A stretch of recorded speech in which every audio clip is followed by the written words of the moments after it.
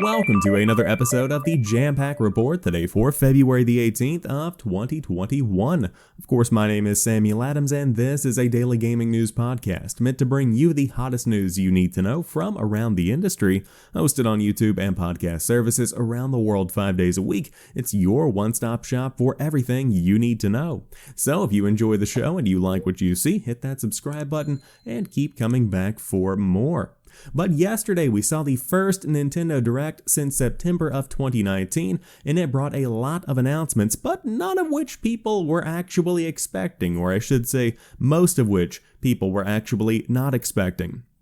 But over 3 million fans around the world tuned in to see what Nintendo brought to the table. You had 2 million watching on YouTube at one point. You had 1.2 million across co-streams on Twitch, according to Slasher on Twitter. And there are plenty of announcements to dig into, and so we'll just take it from top to bottom.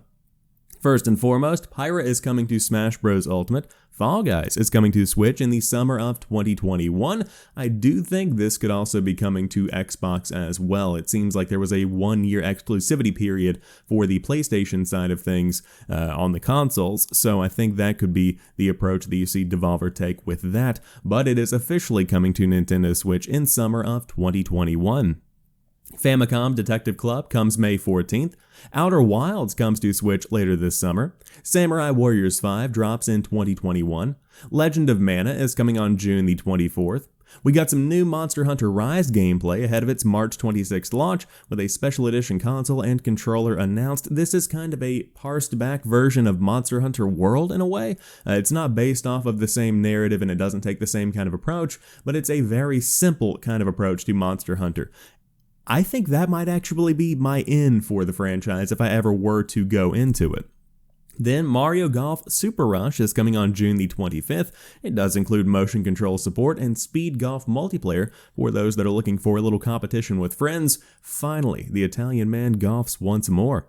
Tales from the Borderlands comes out on March 24th on the Nintendo Switch. Capcom Arcade Stadium launched yesterday alongside the show with 32 Capcom Arcade classics for you to enjoy. But the monetization of this is a bit strange. You essentially buy one game at a time. So if you want to build out your collection over time, you can, but it's not like the good old days where you just buy one chip and you have 32 games. Not that case at all. Stubbs the Zombie Rebel Without a Pulse comes March 16th. No More Heroes 3 launches on August the 27th with a chunk of gameplay shown off during yesterday's show that looked very impressive in my opinion. Of course, you play as Travis Touchdown fighting your way to the top. Then Neon White comes in winter of 2021. This is a heavily anime FPS where you slay demons with soul cards, which is equipment picked up through each level, which takes kind of a parkour approach to level navigation. This game is also coming to PC, and I must admit, it looks very, very cool. Excited to learn more about this one over the course of the next few months. Hopefully we'll see it at the Summer Game Fest as well. Miitopia launches on May 21st. You build relationships with allies to strengthen bonds and team up for adventures as a whole little flock of me people. So if that sounds like your cup of tea, then go ahead and pour you a glass because it's on the way. Project Triangle Strategy working title is coming in 2022. This is a tactical RPG from the team at Square Enix behind Project Octopath Traveler, and it does have that very, very nice art style that we all know and love from the game that has just a god-awful name. Star Wars Hunters is coming, free-to-play third-person competitive shooter set between episodes 6 and 7 in the Star Wars universe. It is coming from Zynga. Not a big fan of that sound, but if you are into third-person competitive shooters, then the Nintendo Switch is going to be getting one soon, TM. Hades' physical version is coming on March the 19th, almost said 29th, but March 19th is going to see the Hades physical edition released. This, of course, is a game that got nominated for multiple Game of the Year awards last year from Super Giant Games. So maybe if you're a collector, you could dive in and pick that one up. The Ninja Gaiden Master Collection launches on June 10th across PS4, Xbox One, Switch, and PC. It includes Ninja Gaiden Sigma, Ninja Gaiden Sigma 2, and Ninja Gaiden 3 Razor's Edge. Bravely Default 2 comes March 26th, and of course we did see a bit of gameplay as well. Legend of Zelda Skyward Sword HD is coming July 16th. It includes special Joy-Cons designed around the Master Sword and the Hylian Shield, but this is the big piece of news from today's show. outside of the kind of crowning jewel which came just a bit later, which was Splatoon 3 launching in 2022, and it does look to build on the first two games and bring back that fun squid painting action. So, the biggest stories here. Number 1, Legend of Zelda Skyward Sword HD coming out on July the 16th. This was not received very well at all on Twitter because this is the 35th anniversary of The Legend of Zelda, so people were expecting a lot more Zelda news. Personally, I was hoping for some kind of Ocarina of Time Majora's Mask bundle of ports, maybe even if we are blessed by God, some kind of remake that modernizes those experiences, but that does not seem to be in the cards, at least it wasn't for this Nintendo Direct. For this specific year, I think that the first Nintendo Direct signified that more Nintendo Directs are on the way, and a lot of people have been saying there's got to be one devoted entirely to The Legend of Zelda. It doesn't make sense. You have to have some kind of Super Mario All-Stars bundle put together because of the success of Super Mario All-Stars. That just makes sense in my mind. Now, on top of that, the big question is, will we see a Switch Pro this year? Doug Bowser has said it is not coming in the immediate future, but what is the definition of the immediate future? Is fall not the immediate future? So we need to have some kind of update on that if it is in fact happening. I think you are going to be seeing at least 2 more Nintendo Directs throughout the course of this year.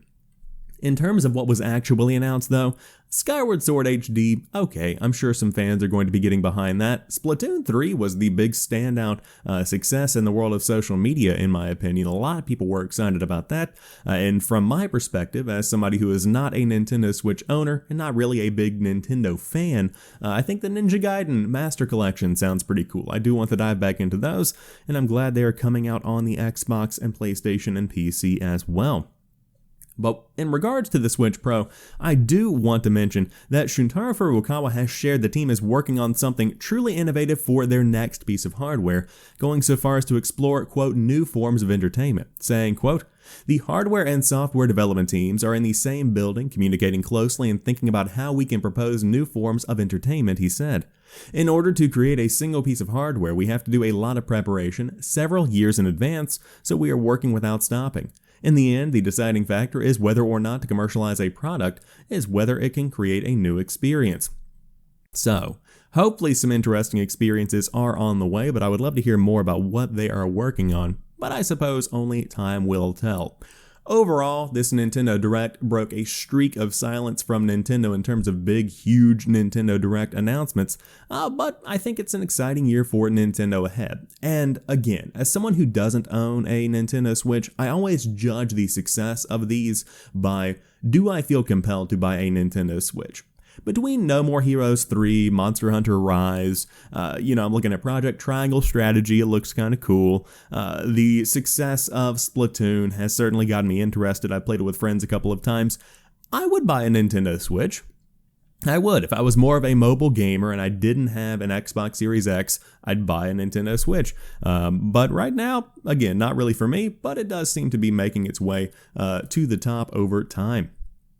But another story coming out of the gaming space yesterday certainly deserves some of our attention as well, and that is the FPS boost capability coming to Xbox Series X and S. This is amazing. Essentially, it is doubling, tripling, or even quadrupling the frame rate for supported games. It accomplishes this on the Xbox Series X and S without actually touching the game itself. The games run at 60 to 120 FPS, while the games think that they are running at 30 FPS as if on their original hardware. That's how Digital Foundry broke it down, and that is a very impressive technological feat. Currently supported games are Far Cry 4, New Super Lucky's Tale, Sniper Elite 4, UFC 4, and Watch Dogs 2. So if you do want to dive in and check this out for yourself and you have an Xbox Series X or an Xbox Series S, Sniper Elite 4 and New Super Lucky's Tale are currently included in Xbox Game Pass. And they write on the Xbox Wire saying, quote, "This is just the beginning. We will announce and release more titles featuring FPS boost soon as we roll out new menu icons and system settings in an upcoming system update. Starting this spring, you can go into the Manage Game section for any title, where you'll be presented with a new Compatibility Options button that will allow you to toggle FPS boost as well as Auto HDR on or off. There will also be a new indicator informing you when a game is running with FPS boost whenever you hit the Xbox button on your controller. You decide how you want to play your favorite games, whether it's in its original form or with FPS boost.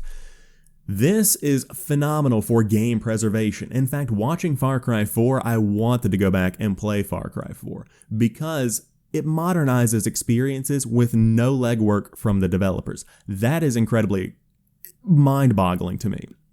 On top of that, this could also come to the Xbox 360 and Xbox original games as well. I was going to say Xbox One, but that naming scheme is a little bit convoluted. So, FPS boost is certainly something that is going to be bringing me back to older experiences, and I think that's the real draw of it here. Yes, you can play your favorite classics, but now for games that are supported, you have more reason than ever to go back and check it out. It's almost like when a game receives an update of some kind, maybe a mid-season patch, maybe a content reveal, something like that, some kind of optimization, that is being applied retroactively to games that are 4, 5, 6, 10, 15 years old. You never know how far back they will end up going. But the architecture team behind the Xbox Series X and S and the optimizations that their entire team is doing, amazing stuff, and it is fantastic to see. Again, I'm a huge proponent of game preservation. I think that games are incredibly valuable for our history, for our sanity, for so many reasons, and to see these games brought forward with no work from the developers and modernized for a modern audience, that is amazing. And I'm looking here in the graphic behind what's going on here, FPS boost on top of the Xbox Wire. You see a lot of games back here. Fallout New Vegas, Star Wars Battlefront 2. Is this just a list of random games they've created, or is Crimson Skies going to be getting some kind of FPS boost? Would love to get more information on that, because I need to know when to play Psychonauts. You know, because I want to play it before Psychonauts 2 drops, but I also want the highest frame rate possible. Regardless, a lot more on the way, a lot of news coming this summer, and the Xbox team is doing some fantastic stuff. Never been prouder to be a part of the Xbox family. But that rounds out today's episode of the Jampack Report. If you enjoyed today's show, drop me a like down below and let me know what stories caught your eye on today's program. And of course, let me know what you rated the Nintendo Direct, 1 to 10, comment section down below. But until tomorrow, you guys have a fantastic rest of your day. I'll talk to you soon, and peace.